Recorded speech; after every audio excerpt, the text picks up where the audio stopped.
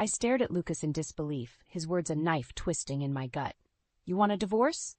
Because of her? I gestured towards the young woman beside him, her cold eyes appraising me with disdain. Lucas shrugged nonchalantly. Emily understands me better than you ever did. She's not some washed-up housewife living in the past. My throat constricted as I fought back tears. How could the man I'd loved, the one I sacrificed so much for, treat me this way? But, after everything we've been through together... Oh, spare me the waterworks, he sneered. You knew this was coming.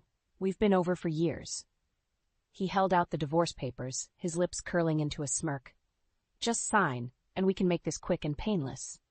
Numb, I reached for the papers with a trembling hand. A part of me wanted to fight, to scream and rage against this injustice, but the rest of me felt utterly defeated, crushed by the weight of his callous betrayal. As my shaky signature marked the end of our marriage, Lucas snatched the papers back, his eyes already dismissing me. There, that wasn't so hard, was it? Emily and I will take the house, of course. You can keep whatever scraps you want. I flinched at his cruelty, memories of happier times flickering through my mind like a cruel taunt. How had we fallen so far? Later that night, I packed what little I could into a battered suitcase, tears streaming down my face. This house, which I had poured my heart and soul into making a home, now felt like a hollow shell, devoid of warmth or love. As I dragged my belongings to the door, I caught a glimpse of the faded family photo on the wall. A happier time when Lucas's smile had been genuine, and his eyes held nothing but adoration for me. A bitter pang of loss twisted in my chest. I was truly alone now, cast aside like worthless trash. The harsh reality of my situation hit me like a physical blow, and I sank to the floor, overcome by the overwhelming sense of despair and betrayal. The days that followed passed in a blur of misery. I found myself in a dingy one-bedroom apartment, the bare walls and stained carpets a far cry from the comfortable home I'd known. Each night I lay awake, haunted by the memory of Lucas's cruel words and the sting of his betrayal. Survival became a daily struggle. With no job and a rapidly dwindling savings, I was forced to take on whatever menial work I could find, waitressing, cleaning houses, anything to keep a roof over my head. The indignity of it all was a bitter pill to swallow, but I had no choice but to endure. One evening, as I dragged my weary body to the laundromat, a kind-eyed elderly man offered me a warm smile. "Rough day?" I managed a weak nod, too exhausted to muster a response.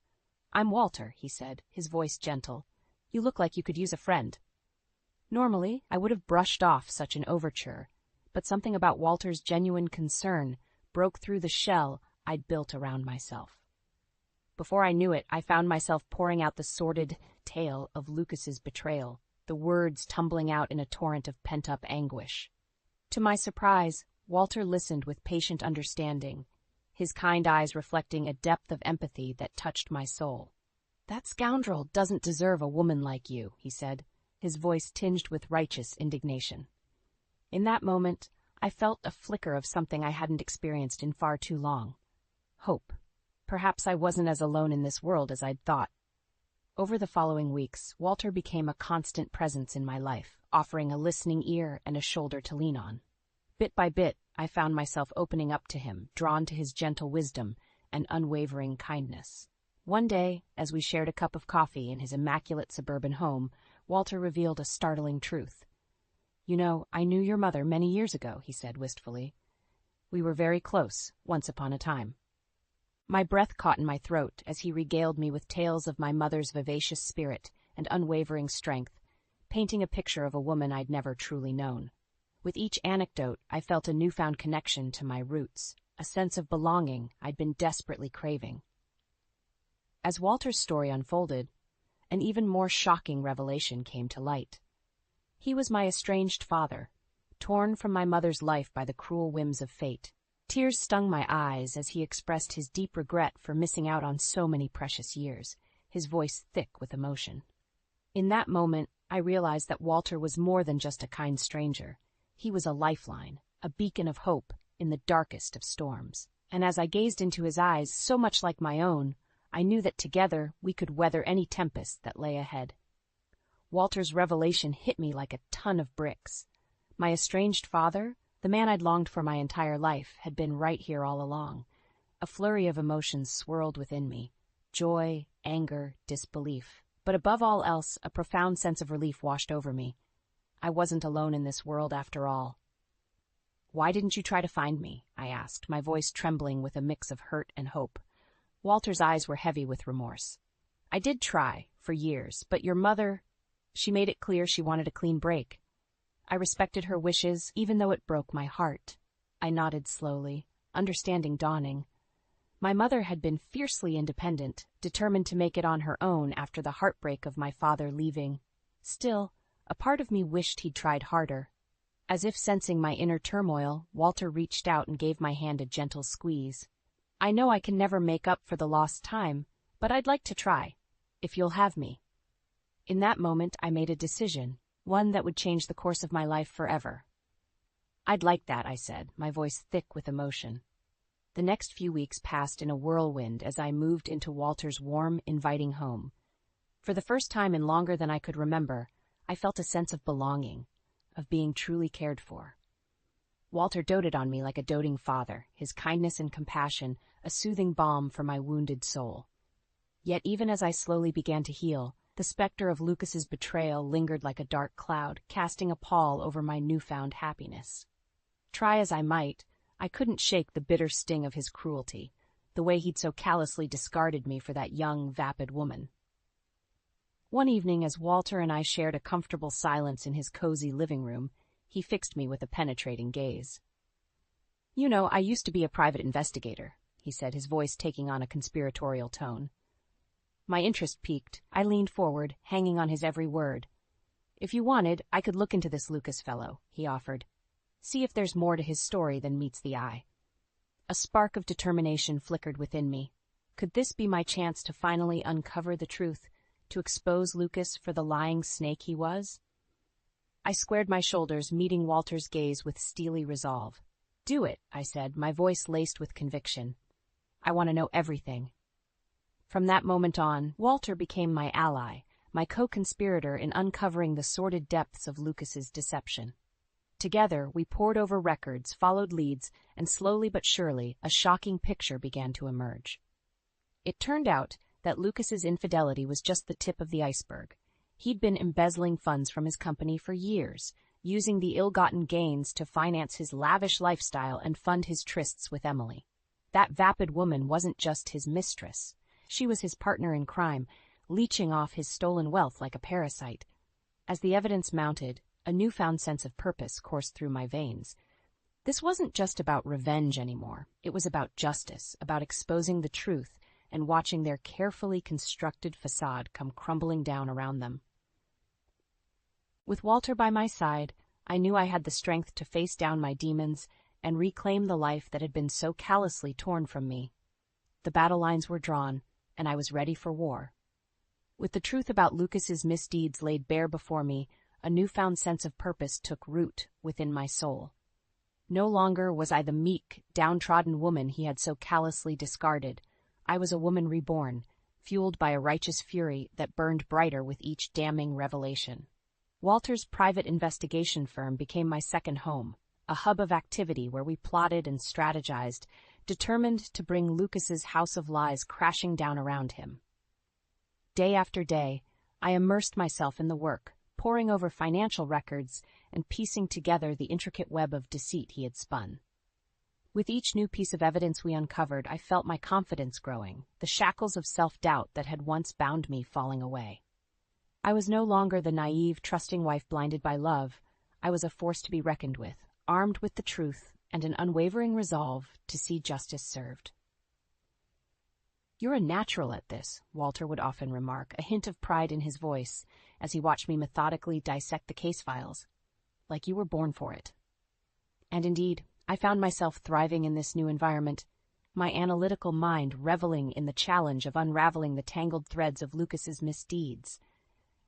It was as if a part of me that had lain dormant for years was finally awakening, stretching its wings and embracing the thrill of the hunt. Yet, even as we built an ironclad case against Lucas and his co-conspirator Emily, a part of me hesitated, torn between the burning desire for vengeance and the lingering embers of the love I had once felt for him. "What do you plan to do with all this?" Walter asked one evening, his steady gaze fixed on me. I faltered, the weight of the decision bearing down on me like a physical force. I don't know," I admitted, my voice wavering. "Part of me wants to see them pay for what they've done, to watch their lives crumble the way they destroyed mine. But another part—" Walter nodded in understanding, his eyes kind yet resolute. "Whatever path you choose, I'll stand by you. But remember, Jennifer, this is about more than just revenge. It's about reclaiming your life, your dignity, and ensuring they can never hurt anyone else the way they've hurt you." His words resonated deep within me, stoking the embers of my determination. He was right. This wasn't just about settling a personal score. It was about righting a wrong, about exposing the truth, and ensuring that the scales of justice were balanced once more. With a renewed sense of purpose, I squared my shoulders and met Walter's gaze head-on. "You're right," I said, my voice steady and unwavering. "It's time to bring them down, once and for all." From that moment on, I attacked the case with a singular focus, meticulously gathering every shred of evidence, every damning detail that would seal Lucas and Emily's fate. I was no longer the victim. I was the hunter, and they were my prey. And when the time came to strike, I would be ready, armed with the truth and an unshakable resolve to see justice served, no matter the cost. As the weeks ticked by, our case against Lucas and Emily grew stronger by the day. With each new piece of evidence we uncovered, the web of lies they had spun became more tangled, more inescapable. Yet, even as we closed in on our quarry, a part of me remained guarded, wary of allowing myself to hope for true vindication. It was during this time that I met Peter, a sharp-eyed lawyer who had been brought in to consult on the legal aspects of our case. From the moment we shook hands, I felt an instant connection, a spark of understanding that went beyond mere professional courtesy. "You've been through hell," he remarked one day, his piercing gaze seeming to see straight through to my very soul. "But you're not letting it break you. That takes real strength." His words resonated within me, stirring something long dormant, a flicker of attraction, of hope for a future beyond the all-consuming quest for justice that had consumed my every waking thought. As we worked side by side, poring over legal documents and strategizing our next moves, I found myself drawn to Peter's unwavering confidence, his steadfast belief in the power of truth and accountability. He was a kindred spirit, a man who understood the weight of what we were undertaking and welcomed the challenge with open arms. "We're going to nail these bastards," he would say, his jaw set in determination. "They'll wish they never crossed paths with us." And as the days turned to weeks, that shared sense of purpose blossomed into something deeper, something that brought a warmth to my heart I hadn't felt in far too long. Peter became my rock, my anchor in the storm of emotions that threatened to overwhelm me as the endgame drew near. Finally, the day arrived, the moment we had been building towards, the reckoning that would either see justice served or leave us adrift in the wreckage of our failed crusade. With trembling hands, I donned my armor, a crisp suit that lent me an air of authority, a mask of steely resolve to hide the maelstrom of nerves churning within. Peter met my gaze, his eyes shining with a mixture of pride and resolve. "You've got this," he murmured, giving my hand a reassuring squeeze. "It's time to make them pay." And so we marched into battle, our heads held high, armed with the truth and an unshakable belief in the power of justice. As we confronted Lucas and Emily with the damning evidence of their misdeeds, I watched their carefully constructed facades crumble, their lies exposed for all to see. The looks on their faces, a potent mixture of shock, fear, and desperate denial, will be forever seared into my memory. In that moment, I realized that true vengeance wasn't about inflicting pain or seeking retribution. It was about reclaiming my dignity, my self-worth, and ensuring that these two toxic individuals could never victimize another soul. As the legal proceedings unfolded, as Lucas and Emily were stripped of their ill-gotten wealth and faced the prospect of prison time, I felt a weight lift from my shoulders, the weight of anger, of bitterness, of the all-consuming need for revenge that had driven me for so long. And when it was all said and done, when the dust had settled and the battle was won, I turned to Peter with a sense of overwhelming gratitude. Without him, Without his unwavering support and belief in me, I might have faltered, might have lost my way in the darkness. But now, as I gazed into his eyes, I saw not just a trusted ally, but the promise of a future where I could finally leave the past behind and embrace the possibilities that lay ahead. The day of reckoning had finally arrived. With Peter by my side, we strode into Lucas's office, our footsteps echoing like a death knell. He looked up, his face contorting into a sneer when he saw me. "Well, if it isn't the bitter ex-wife," he sneered. "Come to beg for scraps?" I met his gaze unflinchingly, my resolve fortified by months of meticulous preparation. "Actually, Lucas, we're here to end your little charade once and for all." Peter stepped forward, a thick file in his hands. "We have all the evidence we need to prove your embezzlement scheme. The jig is up." Lucas's smug expression faltered, his eyes darting nervously between us. "Embezzlement? That's absurd. I'm a respected businessman." "Save it," I spat. "We know everything, the offshore accounts, the kickbacks, all of it. And we have proof that Emily was in on the whole thing." As if on cue, Emily sidled into the room, her face pale. "Lucas, what is she talking about?" He turned on her, his eyes wild. "You said you covered our tracks. You useless little—" "Enough." Peter's voice cracked like a whip, silencing them both. "The evidence speaks for itself. Unless you want to add obstruction to the charges, I suggest you start talking." For a long, tense moment, silence reigned. Then, like a deflating balloon, Lucas slumped in his chair, all bravado fled. All right, you got me." I watched, numb, as he laid it all out. The years of skimming funds, the lies, the despicable way he had used and manipulated Emily. Each sordid revelation was like a twist of the knife, but I remained steadfast, drinking in his downfall with a sense of grim satisfaction. Emily, for her part, quickly turned on him, her self-preservation instinct kicking in. "He made me do it," she wailed. "He said if I didn't help, he'd ruin me." Lucas sneered. "Don't play the victim now, you little—" "That's enough," Peter cut him off. "We have all we need. The authorities are already on their way." As if on cue, the door burst open, and a team of stern-faced officers flooded in. I watched, numb, as they slapped handcuffs on Lucas and Emily, their protestations falling on deaf ears. In that moment, as they were led away in disgrace, I felt a profound sense of vindication wash over me. The facade had finally crumbled, the lies exposed for all to see. And I, the woman they had so callously discarded, had been the architect of their downfall. In the days and weeks that followed, the legal proceedings unfolded like a well-oiled machine. Lucas and Emily's empire crumbled, their ill-gotten wealth seized, their reputations in tatters. And through it all, I remained a silent observer, drinking in their suffering with a sense of grim satisfaction. Yet, even as I savored their comeuppance, a part of me felt hollow. The all-consuming drive for revenge that had fueled me for so long had been sated, leaving an emptiness in its wake. It was Peter who helped me find my way back, his steady presence and unwavering support a lifeline in those dark moments. "You did the right thing," he would remind me, his eyes shining with pride. "They got what they deserved, but you're so much more than this." Slowly, painfully, I began to rebuild the pieces of my shattered life, shedding the anger and bitterness that had weighed me down for far too long. With Peter by my side, I found the strength to look towards the future, to embrace the possibilities that lay ahead. And as the dust settled, as Lucas and Emily faded into distant memories, I realized that true victory wasn't about watching them suffer.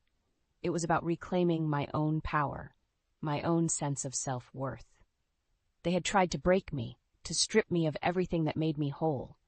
But in the end, I had risen from the ashes, stronger and more resilient than ever before.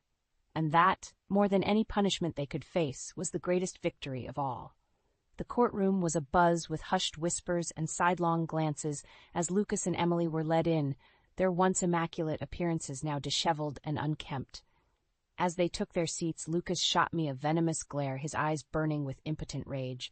I met his gaze unflinchingly, my spine ramrod straight. This was it, the moment I had been waiting for, the final reckoning for their misdeeds. The trial unfolded like a slow-motion train wreck, each witness and piece of evidence further exposing the sordid depths of their betrayal. I watched, my heart pounding, as the prosecution methodically dismantled their flimsy defense, presenting an overwhelming case that left no room for doubt. When it was my turn to take the stand, I felt a surge of adrenaline course through my veins.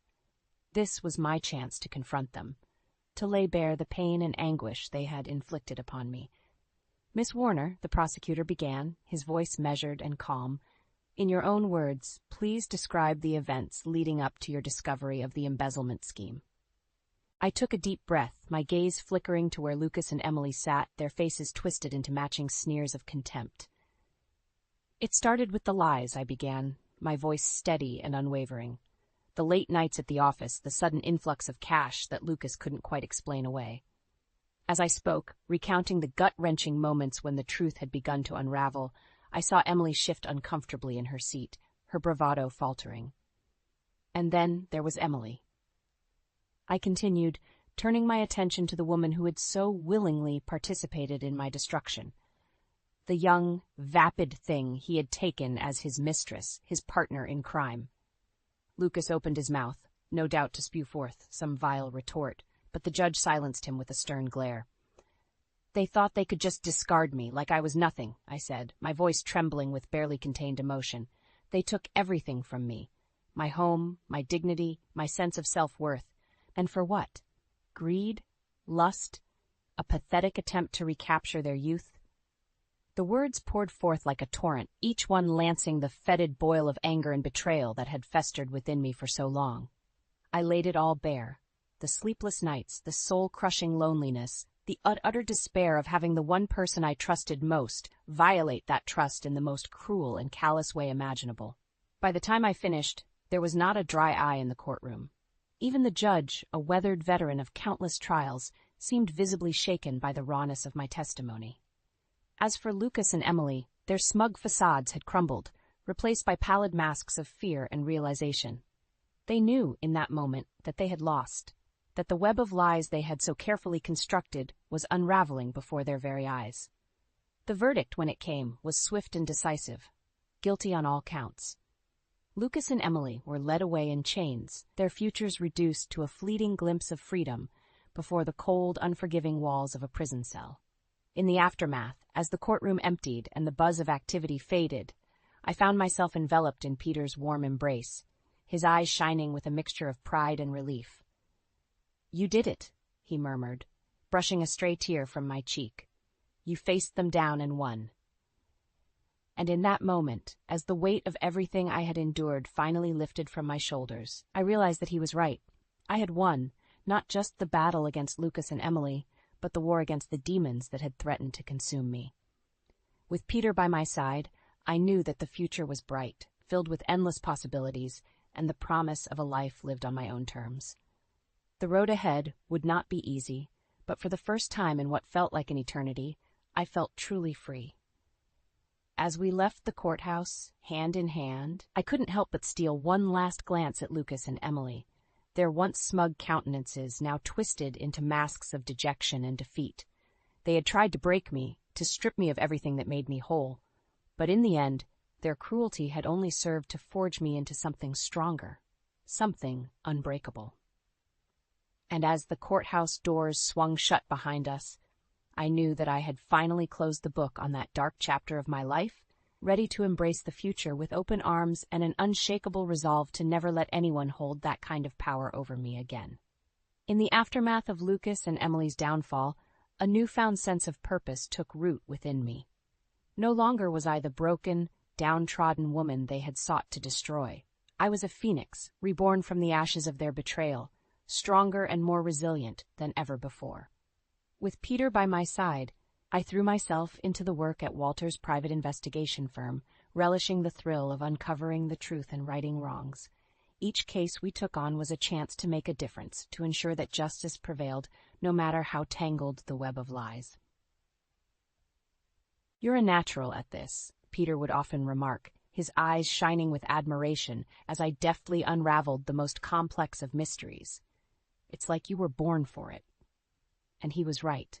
In the world of private investigation, I had found my true calling, a path that allowed me to channel the hard-won lessons of my past into something meaningful and purposeful. As the months rolled by, Walter watched my transformation with a mixture of pride and awe, his fatherly affection shining through in every interaction. "You've come so far, my dear," he would say, his eyes misty with emotion. "Your mother would be so proud."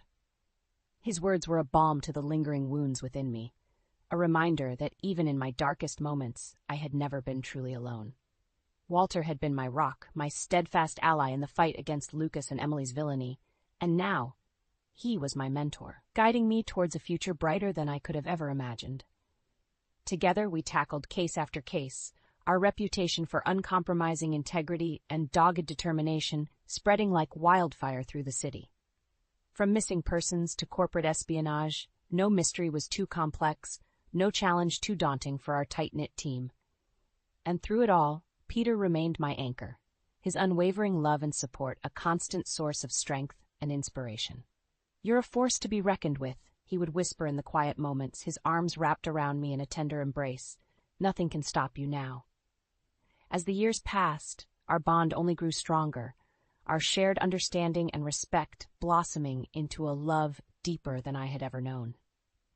And when Peter finally dropped to one knee, a simple diamond ring glittering in his palm, I knew that my journey had come full circle, from the depths of despair to the heights of pure, unbridled joy. "Yes," I breathed, tears of happiness streaking my cheeks as he slipped the ring onto my finger. 1,000 times, yes. In that moment, as our lips met in a searing kiss, I knew that I had finally left the ghost of Lucas and Emily behind for good. They were mere footnotes in the grand tapestry of my life, footnotes that had ultimately shaped me into the woman I was always meant to become. And as Peter and I embarked on our new life together, hand in hand and hearts overflowing with love, I couldn't help but feel a profound sense of gratitude. Gratitude for the trials that had forged me into someone unbreakable. Gratitude for the people who had stood by me through it all. And gratitude for the future that stretched out before us, ripe with endless possibilities. Walter's retirement shortly after our wedding only solidified my path, as he passed the reins of the firm to me with a knowing smile and a hearty embrace. "It's all yours now, my dear," he murmured, his eyes shining with pride. "Go out there and show the world what you're made of." And as I stood at the helm of the firm that had become my second home, surrounded by the steadfast team that had become my family, I knew that Walter's words rang true. The road ahead was paved with challenges, but I was ready to face whatever life threw my way, to fight for justice and truth with every fiber of my being. Because in the end, that was my true victory. Not the downfall of Lucas and Emily, but the realization that I was so much more than they had ever given me credit for. I was a survivor, a warrior, a woman who had stared into the abyss and emerged stronger, wiser, and more determined than ever before. And as I looked out over the city that had been the battleground for so many hard-fought battles, I knew that my journey was just beginning. The future was an open book, waiting to be written, and I was holding the pen.